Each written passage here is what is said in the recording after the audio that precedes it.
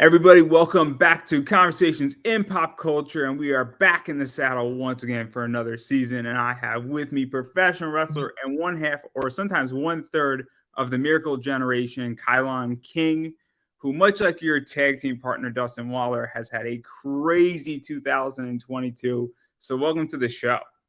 Thanks, man. I appreciate you having me. I love doing these type of things. It helps me step out my comfort zone too. So yeah, I'm very excited. No, I love it. In which that obviously I had Dustin Waller on a little while ago, and then I have you on now, and very cool. You guys had, I kind of alluded to, I think one of the best 2022s in all wrestling. Thank you, fam. Appreciate it. It's just hard work. We're looking to keep that momentum flowing into the new year, 2023. And that still sounds weird to say. We only have 11 months left to say it. We I only have know. 11 months left to say it, everybody. But I kind of want to talk a little bit about how this started and how 2022 started for you, because it really started in 2021. And it's a very interesting story that I think a lot of wrestlers can actually learn from. And it kind of started with Uncharted Territory Season 3. Right. So, how did this all come about? Because it really is very cool how you got into Uncharted Territory, which then became Wrestling Open. And I think it's such an important lesson about paying your dues. So the story goes is we were told by a whole bunch of our seniorities or people that we have worked with, and they had good reviews for us after. Like, yeah, you guys should come to Beyond Wrestling. They're doing the Uncharted Territory, and they have the Discovery Gauntlet Tag Team Tournament Edition. So if y'all maybe I can get in one day. So we was like, all right, cool. We knew the drill. We just wasn't expecting anything. We just go out there, every week since basically the beginning. Go out there every week and then just help out. Set the ring up and then set the chairs up and do whatever they really needed us to do. And then one day, some of the Beyond officials had hit us up. He was like, "Hey, you guys are a tag team, right?" He was like, "Yeah, we're a tag team."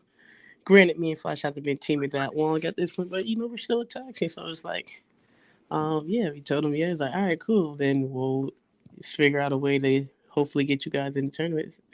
So we got in eventually, and we faced Brick City Boys, and they was on a run. And then we beat them, and then we won the whole thing the week after against some other rest in a crazy ass match. So it just shows that like you said, like just working hard and just not really expecting anything from it, but when you got people by your side and saying good things about you, and oh, you should book these guys. And granted, we did some trial matches too before we even got hit up by the Beyond officials officially. But yeah, because like I So said, let's even we talk just about go that. there every week and then just work hard. Yeah. Let's And talk about have fun. that, because this is one of the things that I think is so important, is that you were setting up chairs, you were helping out with the ring. And I think it's very important. And obviously, I run a business Hmm. and I sell comic books on eBay. And what I'd like to explain to people who ask me questions, I say you should know every aspect, or as many aspects, of how your business is run. Right. And I think it's very important where, I'm going to mention a name that some people like, some people don't. Jordan Belfort, the Wolf of Wall Street.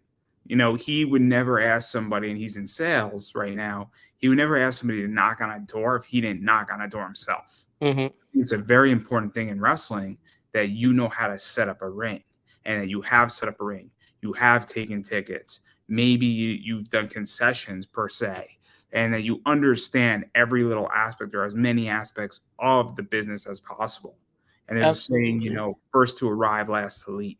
And I think that goes a long way, because I think you appreciate your craft more. I think you appreciate what it means to actually be in that ring. And I think you and Dustin did that very well. And I think it should be Absolutely. very much appreciated. And I think a lot of wrestlers have forgotten that element of the business.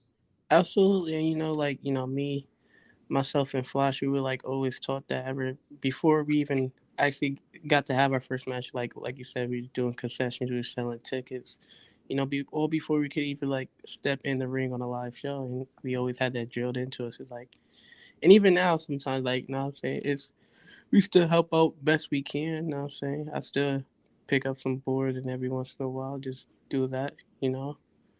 At wherever I go, it's just common courtesy. You never like honestly, you never really stop, or you shouldn't. You never really stop like paying your dues because at the end of the day, like me personally, this is how I think. Like I'm not better than anybody. Like honestly, like I might be confident at myself and stuff like that, but then there we all people. Nobody's really better than anybody.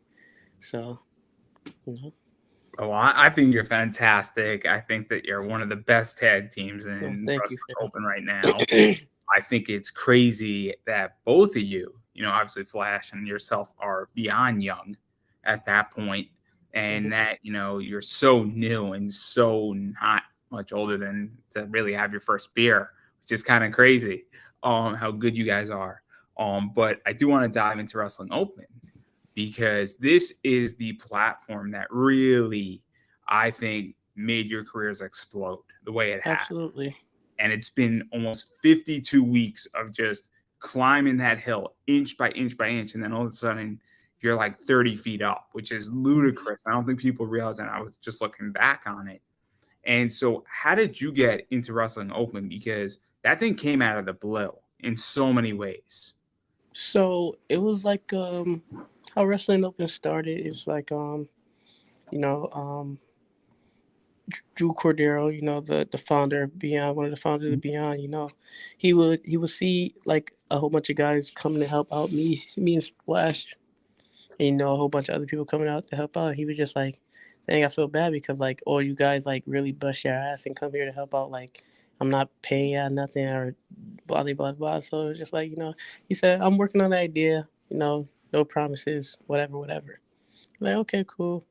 And eventually he told us about the idea he had for Wrestling Open. He was like, oh, cool, we'll be down for that. Like, Wrestling Open, a whole bunch of, you know, it's a sign up. It's like an open mic, like for wrestling. You just come here, you sign up if you want to be there that week, and then get you on if we could. Depending on how many people sign up.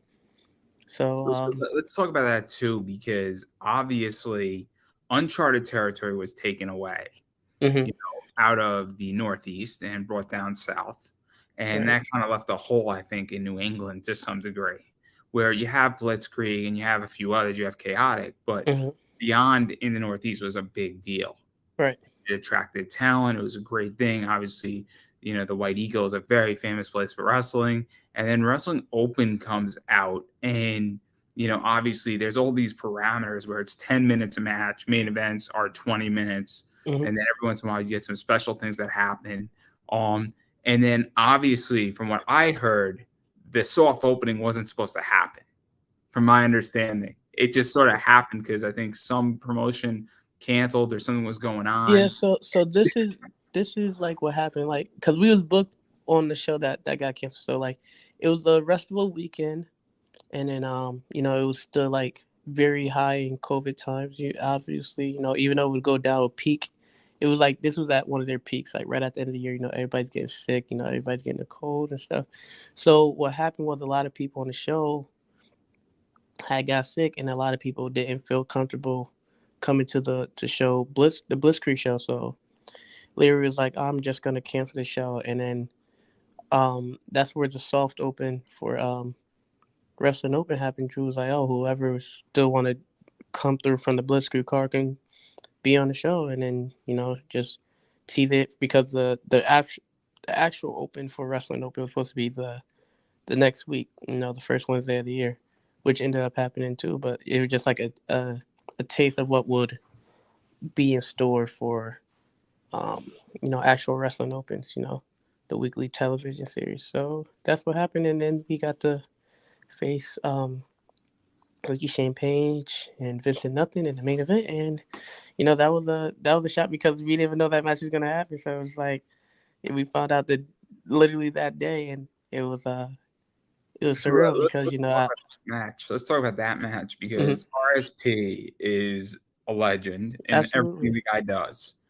Vincent is something else. And, hmm obviously, what was that like? Because here you guys are, the new guys on the block in a lot of ways. people knew you from the Discovery Gauntlet. You had a few matches, but now you're in a main event with two veterans who have run the block. A Beyond Original, I believe, is RSP. And what was that like? Because this was really what I think was the impetus, what was expected to come in a lot of ways for this year. And it was really the start of how this year was supposed to play out for you guys. Right. And it did. And so what was that like? Because sometimes in life, the way you start out determines how everything else is going to be played out that year. Absolutely. And then that was in itself was surreal because, I watch RSP on a whole bunch of shows like, growing up. So it was like it was cool to like really just be in a ring with him and be across from him and just be able to absorb all the information and that he was giving us and like yeah, just shout out to RSP. That's the OG for real. Like, and he like obviously he messed with us now. He still like we're still cool with him. Not saying he shouts us out every like it was one time he shouted us out like, oh, who's some of the best teams? He put our names in there. I was like, oh wow, like you didn't have to do that. Like, and he did that because he really believes in us, and I really appreciate that. So, shout out to RSP, and it was just like surreal, just learning from that type of style at the time. So, yeah. Yeah, it's very cool. And then obviously going into Wrestling Open, Mm-hmm. I mean, this was like the moment in which that a lot of stuff happened. And now you're in Wrestling Open and you're in all these matches as the Miracle Generation. Obviously you team with Ichiban a lot, Mm-hmm. the Shook Crew, and the Shook Crew's been around forever. And then obviously you faced a bunch of other teams, Bear Country above the rest. They haven't faced Bear Country yet. Haven't faced Bear Country yet. Don't put soon though. Soon, hopefully, one day. That is a mess that me and Flash we would like to have one day. But even still, you faced all these, different groups, and obviously you've had matches with Bobby Orlando and Mortar and Alex Price. And so, what was this like? Because now you're facing some of the best in New England, right? And teaming up, obviously, with Flash. You're really putting on a show, and now this is really the start of the year, and you're putting on these amazing matches with all of these amazing talents. Mm-hmm. And then, obviously, it's a lot of Northeast talent, and then they're bringing in talent. And so what was this like? Because it was a very cool start early on in the year with Wrestling Open, and nobody really knew where Wrestling Open was going to go because it could have gone either way in the beginning. Absolutely. And so what was that like? Because you're one of the guys that was busting their ass off. And in a lot of ways, you made Wrestling Open legit with some of these matches. Same thing with Flash, same thing with Alex Price. Obviously, the Shook Crew, you have to give credit where credit's due. And so what was this like? Really, putting on some of the matches that made this legit. It was surreal because, like you said, Wrestling Up, it could have went many of ways. We started off with, like, I want to say just shy of 60 people in the crowd, and ever since episode 1, like when we went to time limit draw with main event, it's just like we've been trying to elevate. Not only please stop ruining things. Oh, I'm sorry. I'm just, but like just rub it, just crossing the being across the ring from all these talented people. Like you said, Mortar, Alec Price, Bobby, Bryce. Just being across all the talented people, and we're all hungry, and we all have something to prove, and we're all making each other better. So and we want to make the brand better. So it's just like everybody's like trying to do their role and like trying to be the best version of themselves for themselves and the brand. Because honestly, like without Wrestling Open, like and the success that we brought to it, me and Flash, we wouldn't be in a lot of places that we are because we got a lot of eyes based off because the viewership and what we was doing at Wrestling Open because when it started getting hot, a lot of our bookings started. Yeah, throw a few more names in there. Obviously, Marcus Mathers. Yeah. Throw into there that you've had some matches with. Austin Luke, Reed Walker, obviously Ray Jazz. Those 2 matches I think you had with Ray Jazz. And I love Ray Jazz. I think Ray Jazz is an amazing, amazing wrestler in so many ways. And the heat the guy gets is unparalleled to anybody I know right now. Yeah, they really don't like him out there, man. People in the comic world hate him. They hate him in the comic world. I put up a picture like 3 weeks ago saying Ray Jazz should play Superman. He looks like Superman. And oh my God, so many people who don't even know who Ray Jazz is hates Ray Jazz. It's great. Wow. But what is this like? Because obviously, I mean, this whole thing started with 60 people in the crowd, and then it's been slowly growing. And now, on an average night, there's 250 to maybe 350. From what I know, average. If not more. And so, what is that like? That the actual attendance has grown, but more importantly, a lot more people are watching streaming, and a lot more people are engaging, and there's a lot more Twitter followers, and there's a lot more engagement on social media because there's a lot more eyes on this. And it's not just you anymore. It's also the people you're around. The Stenson Ranch is a good example. There's BRG, Tyree Taylor, like all these people are now having a lot more matches, and they're making a lot more money because there's more eyes on them. And so what is that like for you? Because that's also a factor too, is that you're getting more bookings now. Without a doubt. Right. So it's a pretty cool thing to see because like I don't know if everybody should know this by now, but all the wrestlers, it's a sign up, so we all get paid off the doors. You know what I'm saying?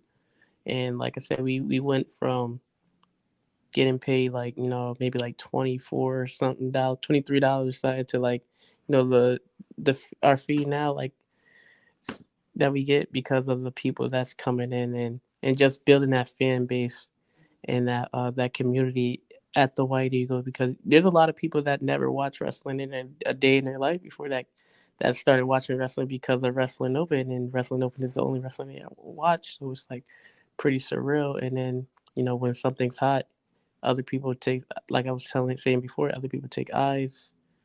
And it was like, oh, what's this? Oh, who's that guy? Oh, I heard a lot about this guy. Let me bring him on my show, see what he does on my show, and then vice versa. And then it's just like a what's the word I'm looking for? It's just like a good system, going in and out. Yeah. So let me ask you this, because I'm very curious, and I've been asking a lot of wrestlers this. I'm a strong believer that wrestlers need to be seen and not heard. And what I mean by that is a wrestler needs not to be tweeting at me saying "book me now," and they don't need to be heard on Twitter. They need to be seen in a ring on a streaming platform. Because if you're seen on IWTV, that reach is so much bigger than anything Twitter can potentially provide you.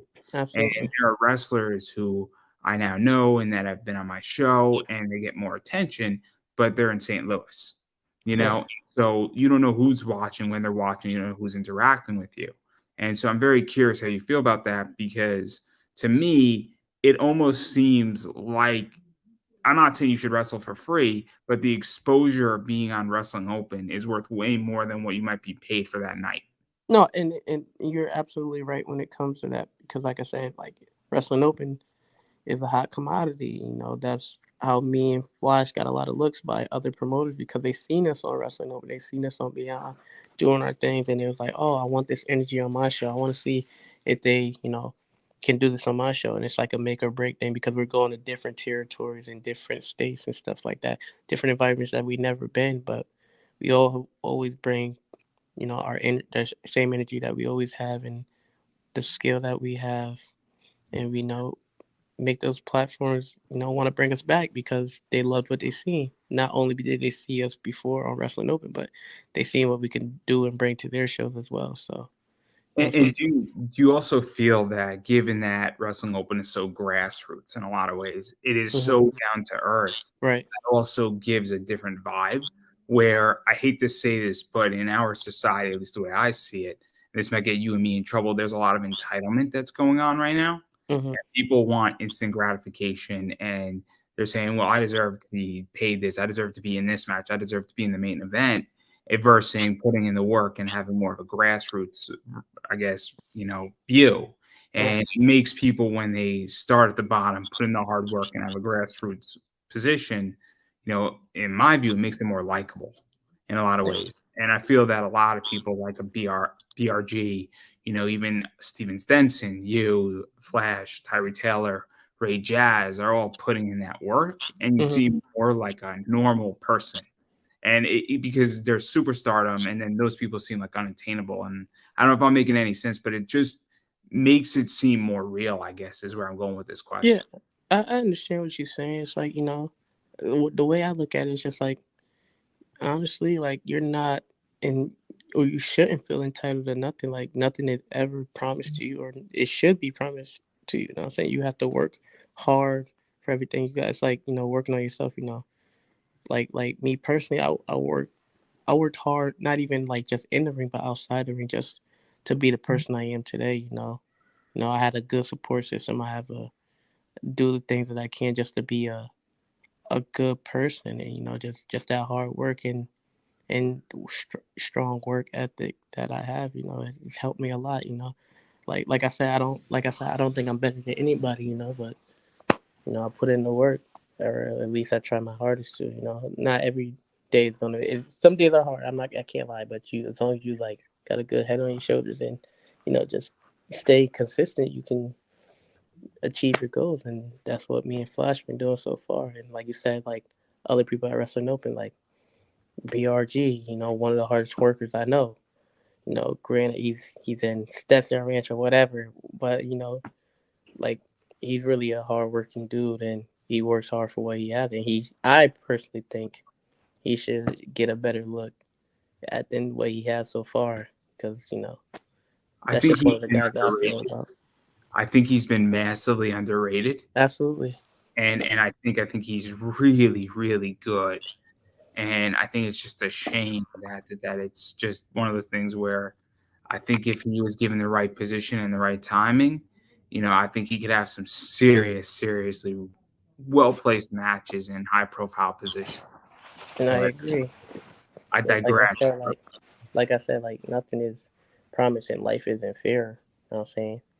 You might never know why you get the opportunities that you get or why the things happen for you. But like I said, as long as you put in work and not complaining and bitching, excuse my language, but Oh, hey, you'll uh, reap the rewards. At the end of the day. so let's talk about another rivalry about Wrestling Open, who with another guy who has really, I feel, been given an amazing opportunity and was overlooked for almost 10 years, and that's Brother Greatness. Mm-hmm. And I mean, you have been wrestling a version of Brother Greatness for a while now. And there's countless matches with the Church of Greatness, with the Even Stevens, obviously members only, and Brother Greatness. Obviously Ichiban's had some stuff with Brother Greatness. I know that you and Brother Perfect and Sammy Diaz has had some stuff going on. The Haven's been involved. Obviously everybody's been involved in this pretty much. Mm-hmm. If you're in Wrestling Open and you have not been in a match with the Miracle Generation and Brother Greatness, you're doing something wrong here. But what is this like? Because I think you've wrestled almost every version of the church. And I think every match has been fun. And I love Brother Greatness. I think he's great. He's entertaining. I think the whole church is just amazing. And so, what is this like? Because this is now you're wrestling almost an idea and not single wrestlers or tag teams with the church anymore. And Mm-hmm. I think every single one of these matches has been really, really well done. Well, I appreciate that. But just not before we even touch on the stuff at Wrestling Over, I knew Brother Greatness before we was even a part of Beyond. It goes way back. His hatred and despise for me goes way back, all the way back to It's Texas deeply Strength rooted. Wrestling. Texas Strength Wrestling. So he just, for whatever reason, I beat him one time, and then he just couldn't handle the pressure, and it just broke him. I'm And sorry, Kylon. I'm gonna have to cut you off. You were good back then. You weren't greatness yet. But yeah, ever since then, he had just had a deep rooted hatred for me. So I just been having to kick his ass ever since. So he just won't stay down. That's one thing about Brother Greatness. Nah, but let me stop messing around. He's a very talented individual. And everybody that you said a part of the church, like members on Sammy Diaz, Elijah Six, Perkins, Anastasia Morningstar, even Steven. It's like those are a lot of very talented people, and just to cross paths with those guys, and just like I said, kick their asses because that's what Miracle Generation does. But it's always a good time just being around those guys and just like I said, like being able to wrestle those guys because they are all very talented individuals. No matter like what version of the church you see, they're just yeah, just very talented individuals and very charismatic. As you can see, Brother Green is a very charismatic individual. Yeah, and then even to go further into another rivalry with you and the Stenson Ranch, and obviously that BRG, obviously Ryan Clancy before he left and got out, obviously Steven Stenson, who is one of the most hated people in Wrestling Open. Oh man, Um, hated that is guy an deserves. understatement. Oh, I love Steven Stenson. I just want to build a better ranch than he has. That's my only problem. So I Well, might he be hating. has he has Alec Price on his side now, so black belt him, but whatever. I digress. Got him by his side now, so they got Danny Miles, and BRG. So it's looking like a strong unit. Anytime we cross them, they always give us some of our tougher matches, So you can never sleep on the Stetson Ranch. And the reason why I bring them up is that there's been a bunch of these great matches with them, obviously the Church of Greatness and a few others, and it almost is like iron sharpening iron, Absolutely. where this is one of the craziest things is that every single time you've had a match with the Church of Greatness or the Stenson Ranch or several others, it's almost that it's been like a stepping stone that has made you better for the week after. And Mm-hmm. this is what's crazy about you and Flash's year long, really, for Wrestling Open is that I think like you guys wrestled, I think like 46 weeks out of the 52, somewhere around that number. Either one of you or both of you were wrestling, which is a crazy amount.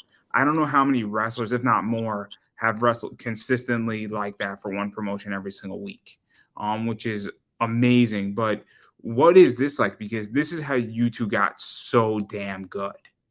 And that's what's crazy about it. And people go back and they just look at from Wrestling Open 1 to The Last Stand, you can see the improvement in real time. Mm-hmm. And so what was this like? Because you were presented with really talented wrestlers in front of you that made you better in Mm-hmm. real time. I don't know how to explain it any other way. And I've never seen anything like that in a year's time. Like I said earlier, it's just like just being across and crossing paths with all those talented people, and we all have like the same goal. We all want to be noticed. We all want to be the best versions of ourselves we can, and when everybody has that same drive and those same goals to elevate themselves, it creates magic. And we all like at the end of the day, we all like I said, we all are in it for ourselves or for our own gain. But at the end of the day, like when we all have that same passion and that same drive to be better, it just helps everybody else around you get better. You know. It's very, very interesting to see it, and I don't think people can understand unless they've been watching. And I came a little bit late to the party because I jumped in at Wrestling Open around episode 20. So I missed the first 20, so I went back a little bit, Mm-hmm. but I didn't go back all the way. But I saw the soft opening, maybe slightly hungover. I might add that. But even still, it's a very weird thing to see it and realize how good you guys got. And then I think that there's one more rivalry before I want to dive into the fun stuff, which is the main event here. No pun intended. But I do want to talk about the Brick City Boys because I think they are the most matches you've had with a tag team ever. I don't know if I lost Kylon. I don't know if I lost you. This is not good. I speak about dangerous things on this show.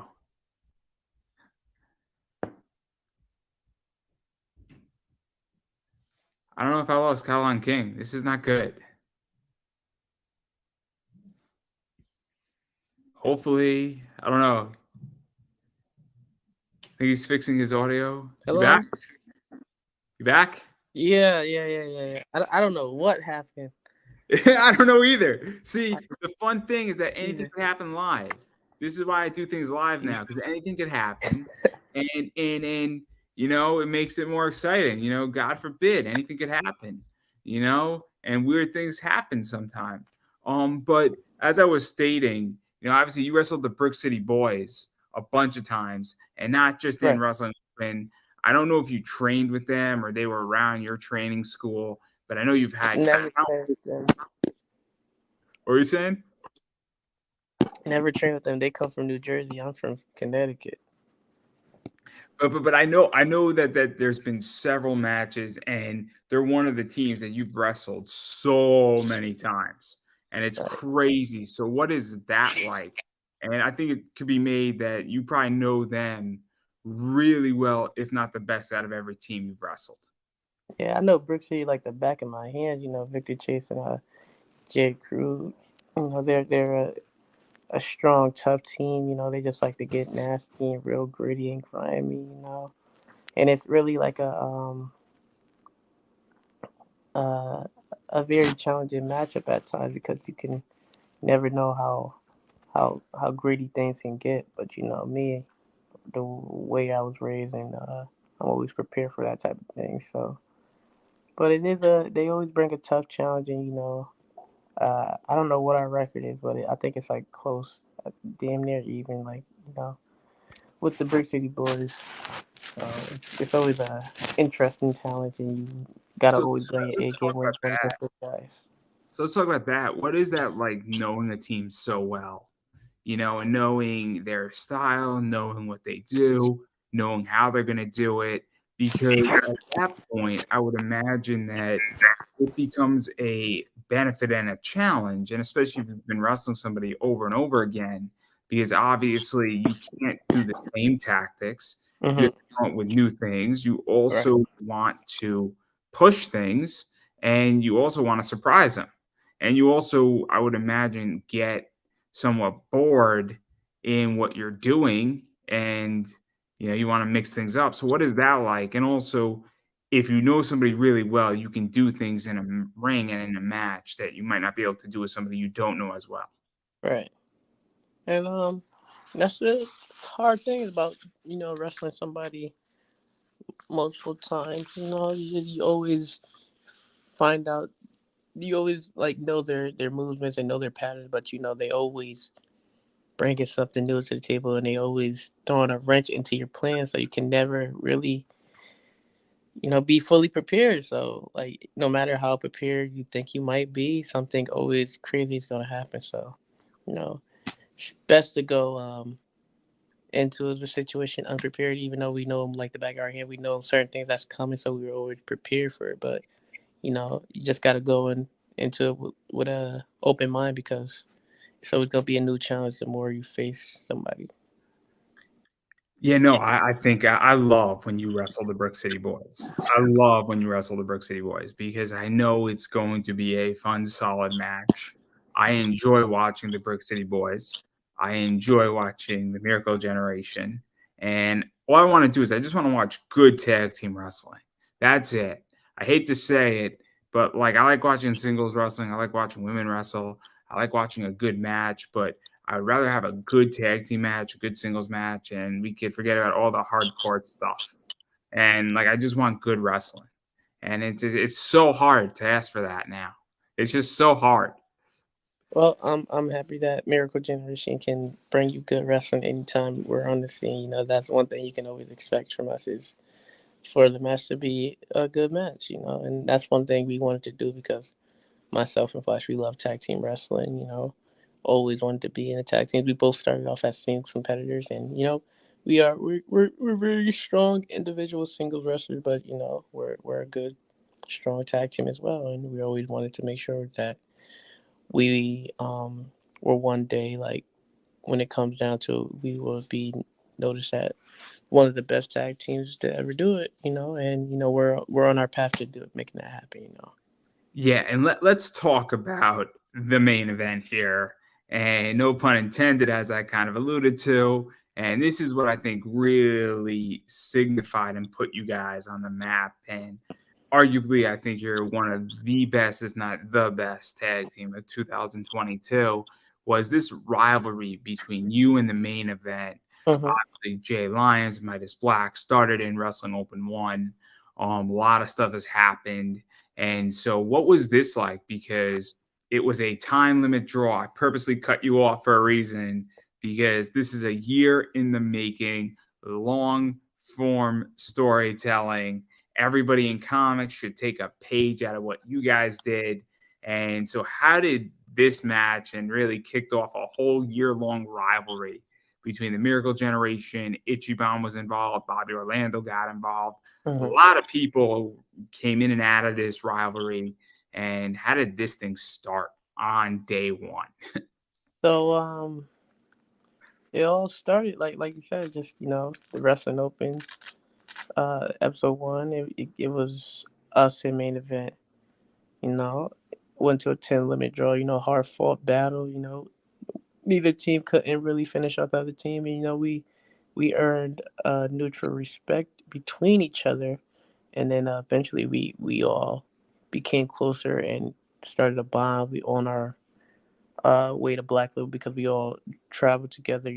14 hours in a 14 15 hours in a car ride just to get there. We created a strong bond and a strong brotherhood, and you know um yeah, and then things haven't ever since that happened. I really thought I found some brothers in between, Midas and Lion, and then we got to cross paths for the second time in the Eliminator Cup tournament, where we will ultimately get the win over them at the Palladium. The first time Wrestling Open really traveled outside of the White Eagle. So we faced them in the Palladium. We made that happen, and we thought everything was good. We shook hands. Money got thrown in the ring after the match. We all hugged it. Respect because we're all brothers at the end of the day. Eventually, we would go on to win the whole tournament. Become the first ever Eliminator Cup Tag Team Champions. And during our celebration, and during the announcement, where we will be christened as the first ever Eliminator Cup champions, um, they came out. They challenged us, and we thought it was going to be a nice brotherly challenge, but they kind of felt like they had something to prove, and they walked away from our handshake. But it's nothing wrong because family fights, right? So eventually we had the match, and they they turned their backs on us. They sided with Pedro Donez, and they left me flash bleeding, and they choked us both out with hula hoops. And ever since then, it's just been all out war, between us. You know what I'm saying? It's Yeah. been a rivalry outside of Wrestling Open too.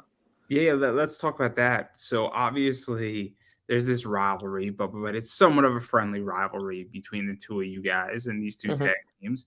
And then the turn happens with Pedro, and now wrestling is not fun anymore.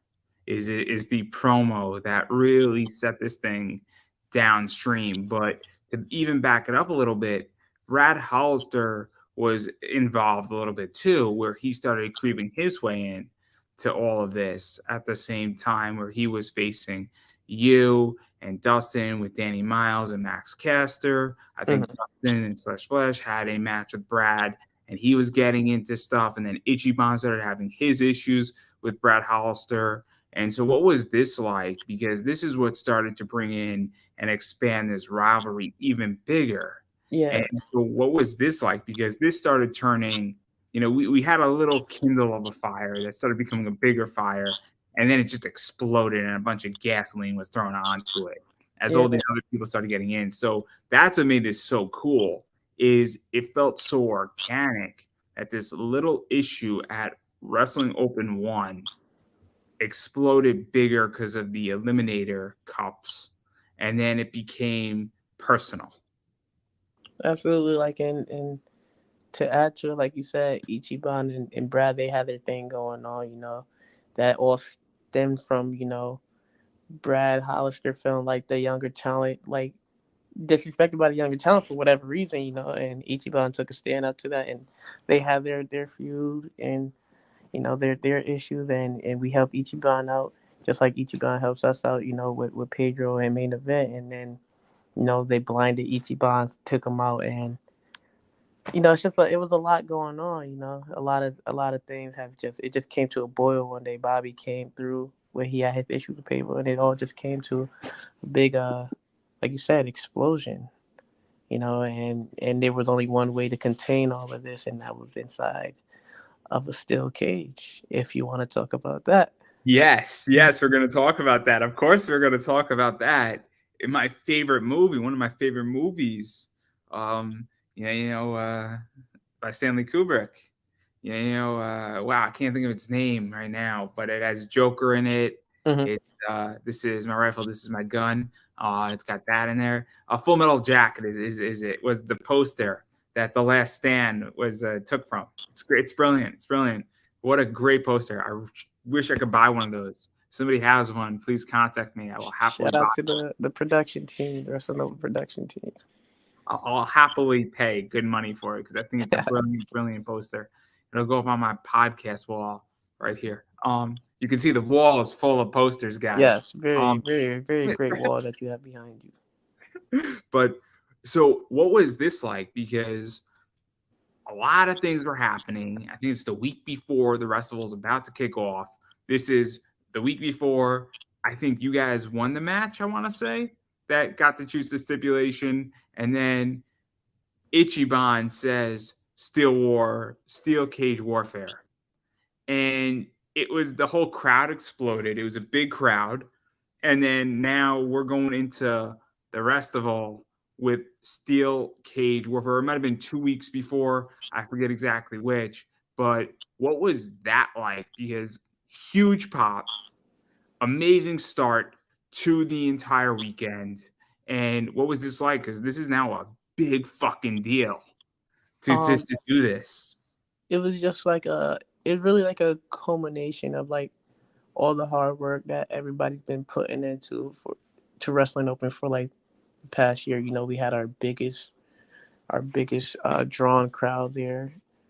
And it was just everything was just so surreal, and it just felt like it was a moment that I'll never forget. I've never been in a cage match. I've never been in that type of environment, but I feel like not only myself, but just all 8 of us, for better, we all thrived in that environment. We was able to create, a magical spectacle of violence in that cage, and we all beat each other up. We all. Let me ask you this, because I know you say nobody deserves anything, but I agree to a point with you on that. But I also feel that you were busting your ass off for no money whatsoever. And not to put you on the spot, and not to make this about money, but you were busting when, nothing was really on the line. And you really helped to make this a viable thing. And now you're getting to main event something in what is a history component of Wrestling Open for season 1. I think it ended season 1. It also kicks off the festival. And I hate to say, but like it was almost like you deserve this type of thing, even though you aren't the type of person that would say that. And all 8 of you, I felt, because Brad Hollister worked his ass off. The main event really worked their ass off. Pedro added a lot of value. Bobby Orlando's been there and really brought a lot of credibility with his goat and all. And what was this like? Because I think this was in a lot of ways a reward for what you did and for not complaining and saying, we got to make this happen. Because I've been in situations where I made something happen when I was undervalued and I've been taken care of on the back end. Mm-hmm. And so what was that like? Because that's how it seemed to me. And I don't think I'm the only one who thinks that. And it's a very cool thing when that happens in life and you're taken care of, for lack of a better word. Right. And like I said, it's just like I said, it was just a culmination, behind the scenes. It was just like we all, like you said, we all have been working hard for this moment since episode 1. We've been there.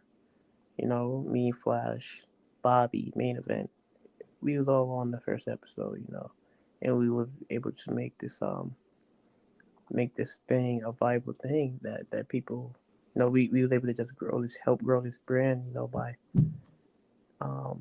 And it wasn't just us; it was like the people who help bring wrestling open together. The behind the scenes and stuff like that, and they deserve as much credit as we do because without that everybody's help, all the wrestlers, all the production crew, all the owners, the everything. It's just like a combination of everything. And like I said, we was able to draw our biggest crowd ever to this point, and the whole show was honestly, I will say like it was probably the best show of the whole festival. And we all had something to prove that night. It was like y'all coming into our house, so y'all gotta come in and we're gonna like put y'all on blast because we making sure none of these other shows is gonna be better than this one.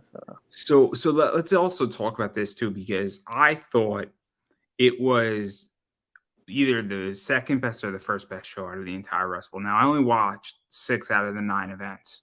I couldn't watch 9 events of wrestling. It was just too much for me, and I'm not that crazy. I tried it; it doesn't work, guys. GCW did the 24 hours. I watched 16 hours of that. So, and I tweeted for a good 14 hours. So GCW owes me a beer at the minimum. But I mean, I was a devoted fan here. If somebody's going to wrestle and put on a wrestling show for 24 hours, somebody has to suck it up and tweet for a good portion of it. Anyway, that's my contribution. But do you also feel that in a lot of ways, and I think everybody on the card to some degree, is that show was the start of the festival? And if that show flopped, the rest of the festival would have fallen that way.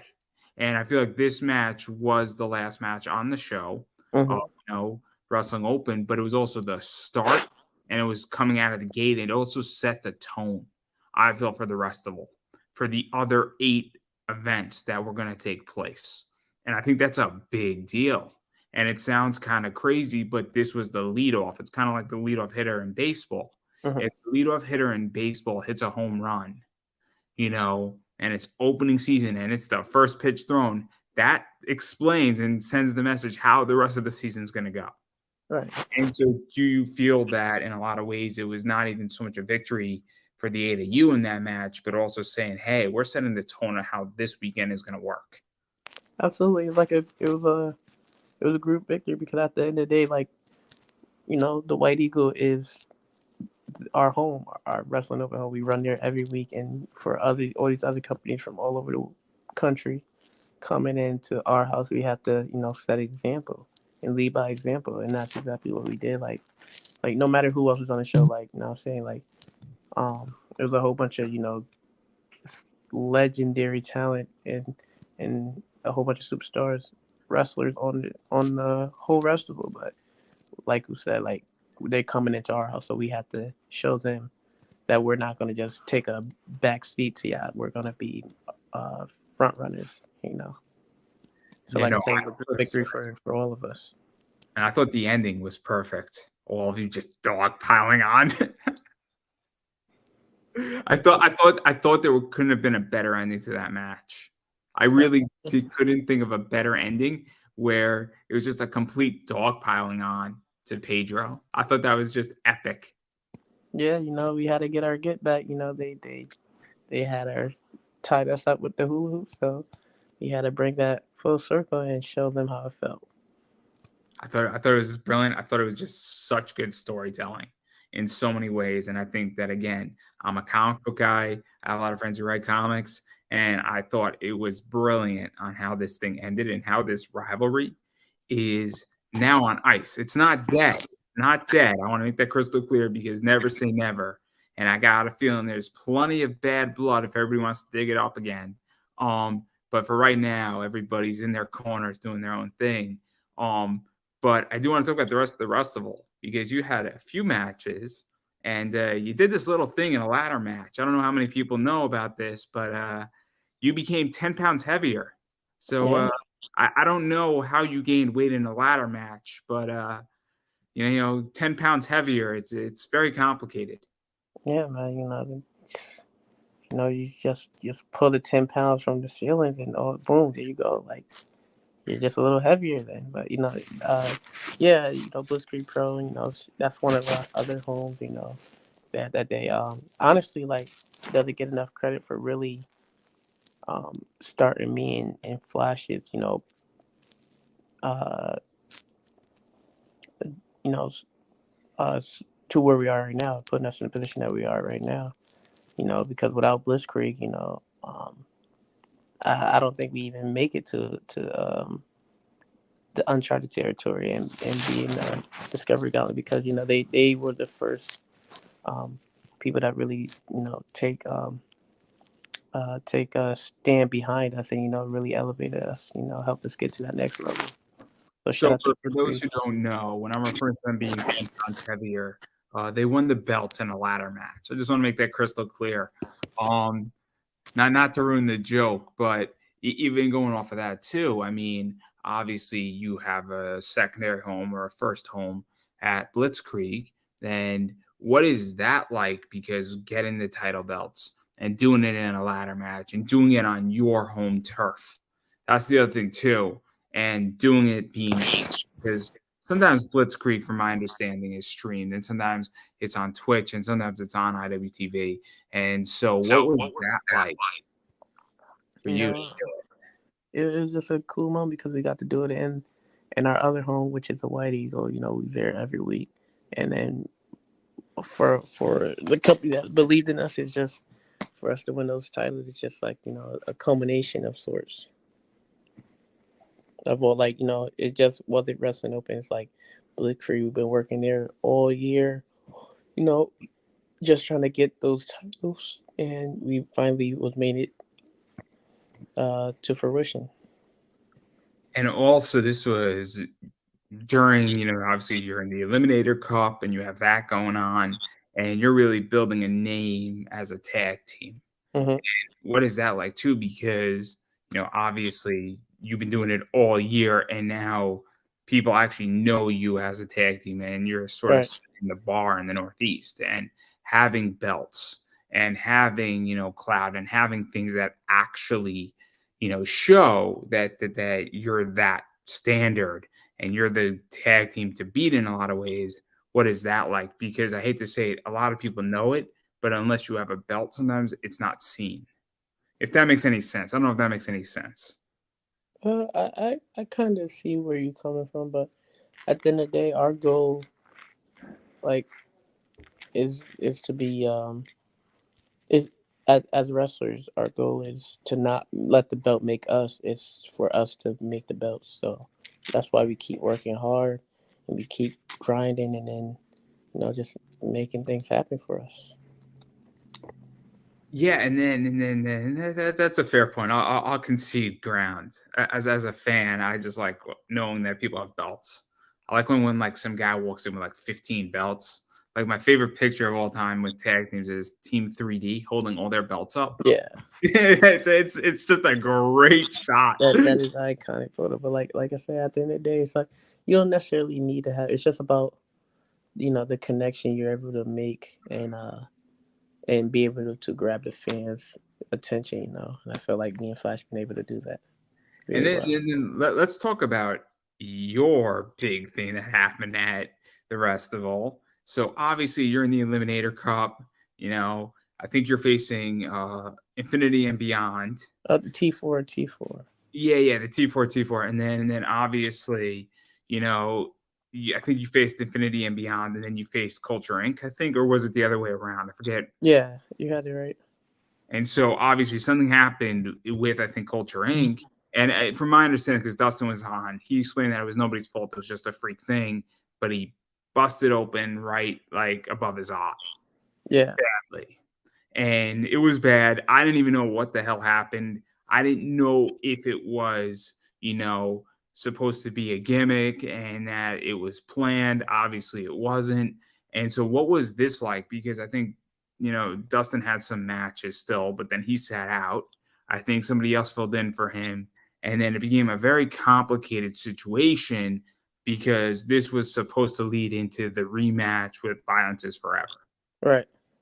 And so what was that all about? Because that heavy lies the crown. So what was this like being his tag team partner, knowing you have a match, knowing it's a big match, knowing it's a big deal? Obviously, I think the IWTV tag team titles are on the line, or the first ones ever. And so what was this like? Because it's a very complicated situation.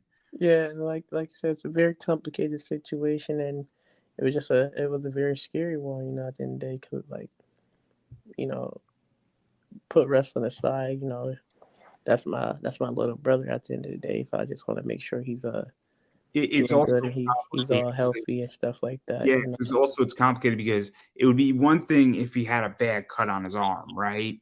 And maybe need stitches, maybe you just bandage it up appropriately and then you deal with it after the day after. But when you have a cut above your eye, all of a sudden there's issues of blindness, there's issues of, are you concussed? How much blood did you lose? Like, what exactly is going on? And there's a big safety concern, I would imagine, too, saying, Mhm. I mean, I don't know how you are, but I know Dustin is what, I think 21 or 22, right? Yeah, he's 21 years old.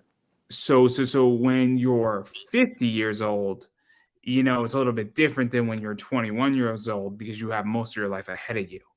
And Mhm. that's the other thing too that I think was in play as well. So obviously, what was this like? Because I know backstage, I think it might have messed up another show. He was explaining today, and it was very, very interesting, and it played out in a very interesting way.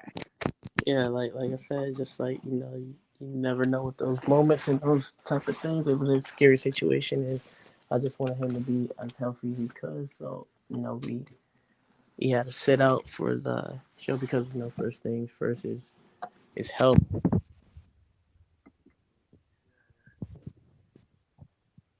I don't know. You just went mute. Hello.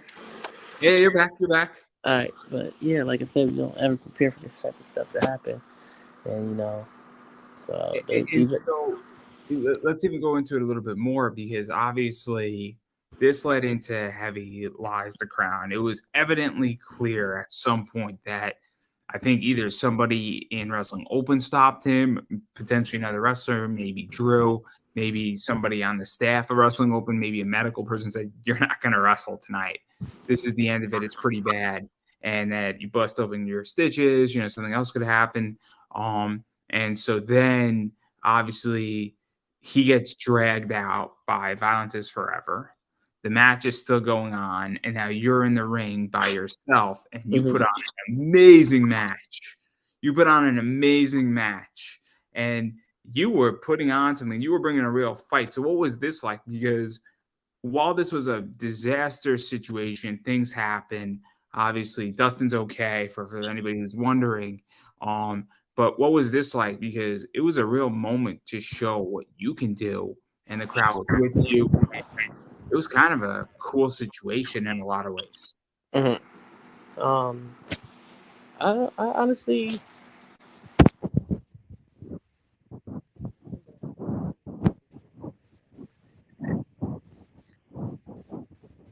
Obviously, we don't want this. We didn't want this match, is the point. But given that it happened, I thought it was very, very cool on how this thing played out and how you were putting on one hell of a match by yourself with them. Honestly, it's just I wasn't. I don't even think I was necessarily present because I really don't remember it so much, honestly, because it was like I said, it was a lot of emotions going on that day. I'm more so concerned about him and stuff like that, and then me having to go out there and just put on for the team. It's just a lot going on, and just the only thing I really remember is like uh just how I was feeling and like all the crowd energy that they wanted me to win, obviously, for the so just all that energy. About that, it was just like it's just all energy and just just tapping into that So space.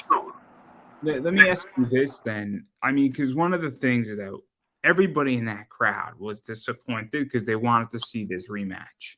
Hmm. And it was very upsetting, I think, for a lot of people. And no, I don't think it was anger because I think people understand that something actually seriously happened. But it was the idea saying, man, we want to see these two teams go at it because Violence is Forever has been a very dominant tag team Hmm. all across the U.S. for a very long time. And I've seen them up in D.C., I've seen them in the Northeast. And So I think it was an amazing compromise for us fans to get to see part of this match and not be left with, a cop out. And I think it was very complicated, even on just a selling point and on the show point, because here we are, and now we're watching this amazing match despite something seriously happening. And I think that for you, and I don't know if you get credit for this, to be in that situation and to handle it the way you did is very professional, for lack of a better word. Hmm. I think that credit has to be given in those circumstances. I don't think it is sometimes in wrestling. Is this is a crazy situation that's very dangerous, and you handled it like you were supposed to. Yeah, and I appreciate that you say that, but um, yeah, like I said, it was just I had no, I got to do my job. I got to put on for, you know, the team, and I got to help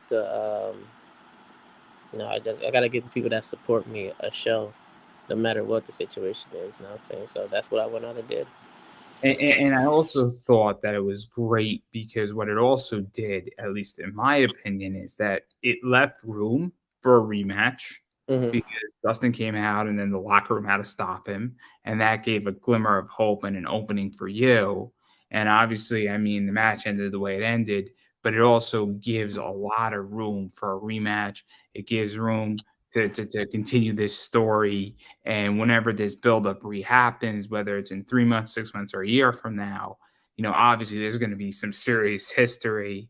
And it's a very cool thing when wrestling gets to do history stories and Hmm. get to relive stuff. I mean, obviously, you just did that with Main Event and it was well done. And I have no doubt this thing with Violence is Forever is far from over. Yeah, Far. like you said, it's far from over. We have really one main goal right now in mind, and that's to do what we were supposed to do, and that we set out to do at the World, become IWTV Tag Team Champions. That's our goal right now. And that's all we got on our mind. So to right that wrong, and write So our story the right way. yeah, so I mean, I think it's just fantastic. And then obviously you got a bunch of other stuff going on. Obviously, I think there's been 3 or 4 episodes of Wrestling Open for season 2 that have happened. But I think the big thing that's going on is that, and I don't think it's happened yet. And correct me if I'm wrong, but you're going out west. Yes, the West Coast Pro. March 4th, I believe the date is. So that's just a real thing. That's just the power of you know, what we've been doing at Wrestling Open, just to get those looks at us, and just shout out to all the supporters that we have, not even just over here, but on that side too, because we've been getting a lot of support on the internet from over there too, from people that it's just a real thing, because it's hard to really understand like the reach that we have as performers, because I don't really realize it that we're able to make those connections with people from all the way on the other side of the country. So what is that like for you? Because obviously I think the furthest you've gone is BLP, which is BLP around Chicago? Yeah, Indiana, right on the border. So Crown so Point, Indiana. so I mean to go all the way to the West Coast, I mean that's a whole different market, obviously. I mean, there's no borders anymore in wrestling per se, but that's pretty cool. I mean, I don't know if you've been to the West Coast ever before for wrestling. I never been to the West Coast ever in my life, so I'm really excited for this trip and this opportunity that we've given. So, and I'm really excited to see who our ports are going to be. So, It's very cool and it's very exciting because obviously, I mean, you're from the Northeast, you're from Connecticut, and then you're going all the way to Cali, pretty much. I mean, yeah, it's a crazy concept, and I think it's cool, and I think it also really shows if you put in the work and you don't act like an asshole, you'll be taken care of and you'll get places in life. And absolutely. I think it's so interesting, and I think that's what IWTV does in a lot of ways. It's a lightning pole, it's a lightning rod, and I think the saying is the cream always rises to the top. And so I think it's very, very cool. And I'm excited. I'm excited to see who you're going to be wrestling. And I'm excited to see this because I am curious what that's going to be like. I just hope it's at a reasonable time and not at like 12 at night. I would like to go You can to always bed. watch the replay on IWTV.com. So I would like to live tweet it. That's my problem. Is that I would like to live tweet it. Like I hate Prestige because Prestige starts showing a show at like 10 o'clock at night on a Sunday. And I'm like, I have work tomorrow, guys. Like it's the absolute worst thing they could ever do is they can't do it like on a Friday. They can't do it on a Saturday. Like you have to pick Sunday at 10 o'clock. Like really? Just I would like to that time schedule can't really have that. I'll be on the West Coast too, so what'd you say? they're on the West Coast too, so um That's the problem. I need to sleep, guys. Like that's the problem right there. I digress. I digress right there. Um, but I do want to back out of all of this, and I would ask you about Leo Rush, but you know that was 2 nights ago, and I don't want to ruin that match. It was a good match. It's a really good match because I like Leo Rush a lot. mhm. Um, I love watching Leo Rush. That guy is so good. It's terrifying good. But I don't want to talk about Leo Rush because you should go buy IWTV to watch that match. $10 a month, guys. It's $10 a month. You know, you get anything you really want with IWTV and wrestling. There's something for everybody. Absolutely. Shout out to IWTV. But I do want to back out of that, and I do want to talk a little bit about where the state of wrestling is, because I think we are in a very tricky time right now in wrestling and media. Obviously, WWE is going through some interesting stuff right now. AEW is also going through some interesting stuff right now. Um, Mercedes Moné is in New Japan essentially / Japanese wrestling, which is super cool. Her hair is on fire. I'm going to say I love her hair. I didn't think I would ever say that. I think she's great. But where do you think the state of wrestling is? Because it is in a weird place, but also a good place, maybe. But I'm not even sure if it's in a good place or if it's weird because it's complicated.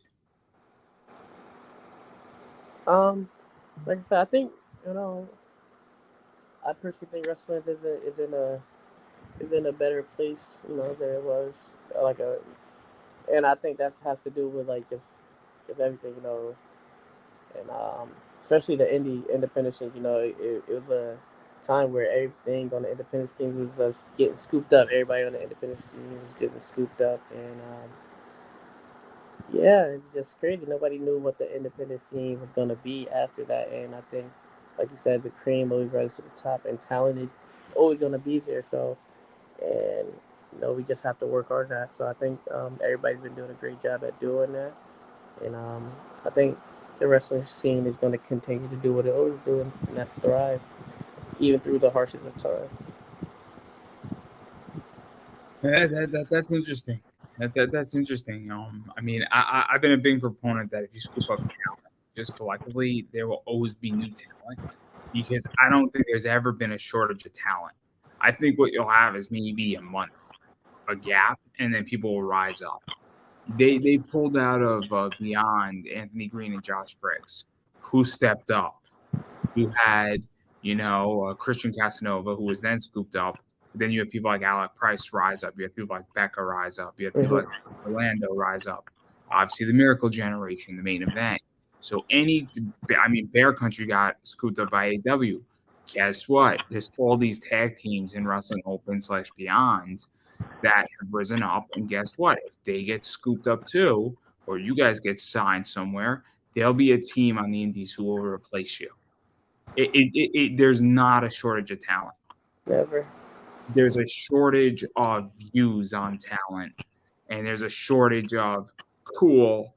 Where can they perform, and are they going to get the opportunity before somebody gets scooped up? And that's the question. But I digress. I'm not here to profess and give a lecture on why you should look at the not shiny object that will become the shiny object.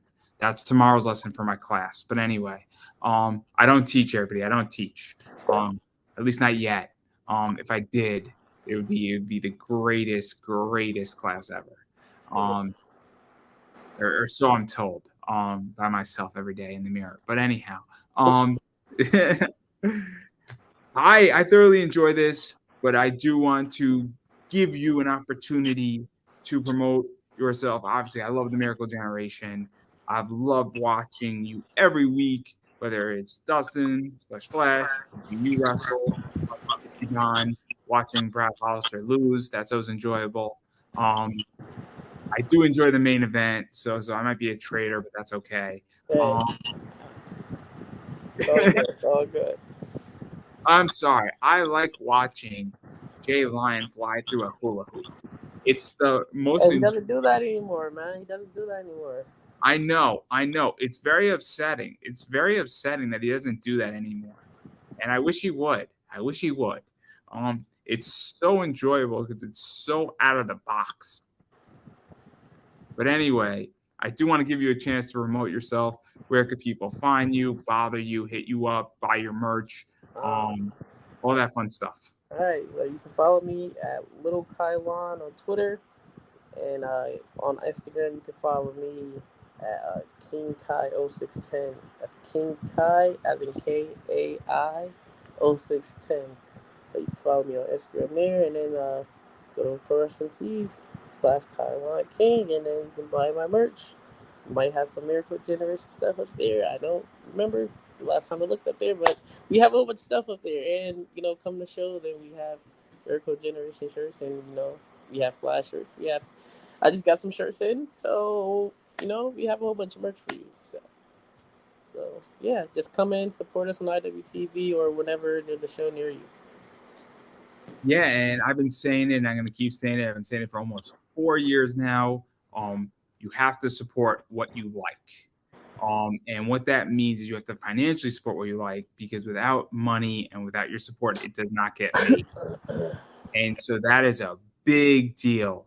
And so obviously when people are wrestling on shows, you should go to those shows. When people have merch, you should buy their merch. You should be following them on Twitter, Instagram, and any other social medias they're on. And you should be engaging with them when they are wrestling, whether it's streaming or you say, hey, I just saw this match with so-and-so. It was wonderful, awesome. Send the tweet.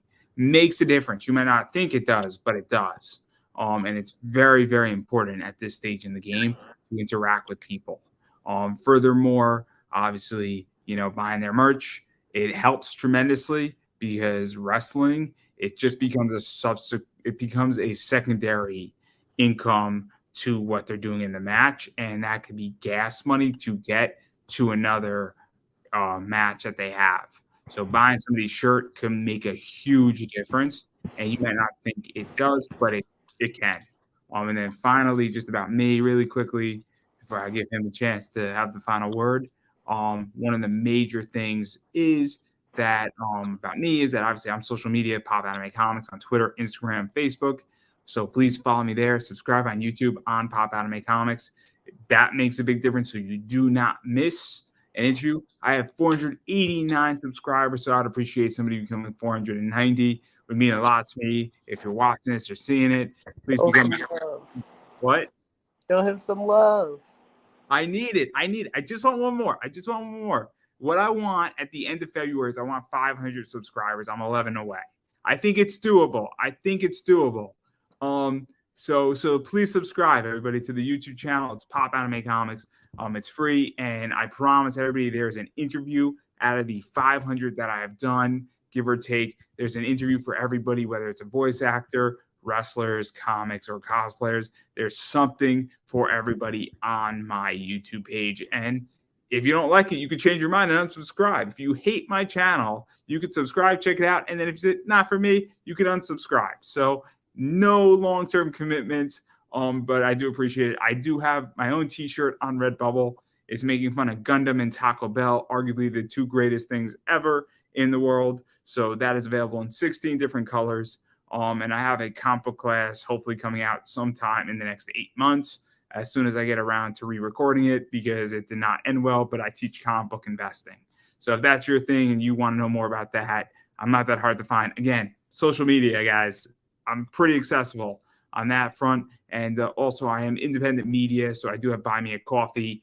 It is not a requirement, but if you like independent media, you like podcasts, you like things, obviously all support to independent media, both monetary and also just following me on social media or sharing it out makes a huge difference, and it makes me feel warm and special inside. So obviously that's out there. And then on that note, I don't have anything else to promote, so I'm going to give you the final word. Hey.